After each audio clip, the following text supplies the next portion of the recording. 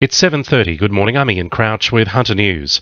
3 people in their 60s are in the John Hunter Hospital with serious injuries following the latest bad crash on the Hunters roads.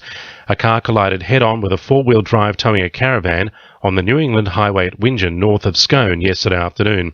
All 3 were airlifted by the Hunters Westpac rescue helicopter. The 68-year-old male driver of the car suffered critical injuries and underwent emergency surgery last night. It follows a double fatality on Freeman's Drive at Cooranbong on Friday night.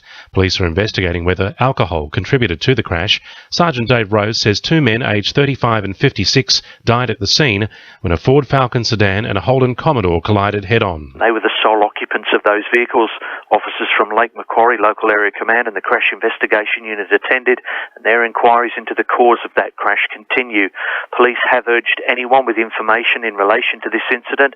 If you do have information, we urge you to come forward and contact Crime Stoppers or your local police, as that information could greatly assist investigators. A Burrigal man has been charged over a high-speed police pursuit yesterday afternoon. The 26-year-old allegedly reached speeds of 180 kilometres per hour in a stolen Lancer as he led police from south of Nabiac to just north of Taree, where he was eventually stopped by road spikes. It's alleged he previously used the vehicle as a getaway car following an armed robbery in the Toronto area. The feared closure of one of the Hunters' most used medical services is leaving some residents unsure about the future of their health care.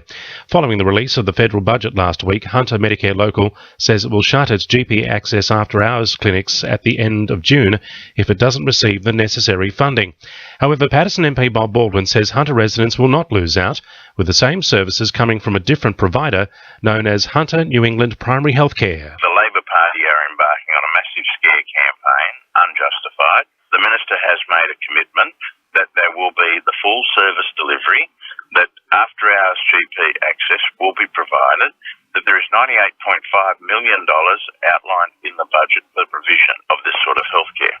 There's been high drama during the offshore superboat race in Newcastle yesterday. One of the boats barrel rolled suddenly as it headed out of the harbour on the final lap. Crew member Chris Hanley was taken to hospital with a number of injuries, while his teammate escaped with minor injuries. Scientists have ruled out the possibility of a deadly black water event in the Hunter River. Concerns were raised about water quality after tons of topsoil was washed into the river in last month's storms, sparking fears of a massive fish kill because of a lack of oxygen.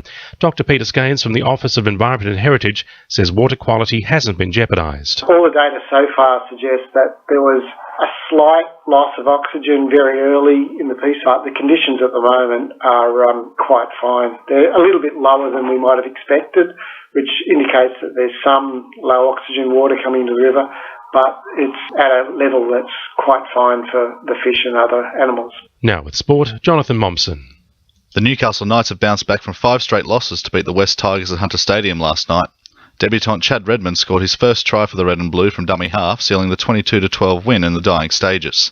Knights captain Kurt Gidley was especially pleased with the 22-year-old's performance, predicting more tries to come from the young hooker. The score one at the end was great for him, so everyone's really proud of him, happy for him, and I think it's a great start to his career. Hopefully he'll have a few more.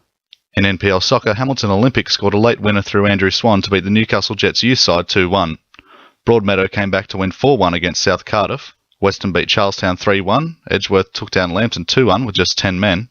And Adamstown won their first game of the season, defeating Maitland 3-1. And in indoor cricket, the Newcastle Steel had 2 convincing wins in the Big Blast Indoor Premier League. In the second game of their doubleheader, the Steel upset the previously undefeated Liverpool Bulls, keeping the home side to just 12 runs off their allotted overs. That's sport. I'm Jonathan Momsen. To NURFM News Time 26 to 8.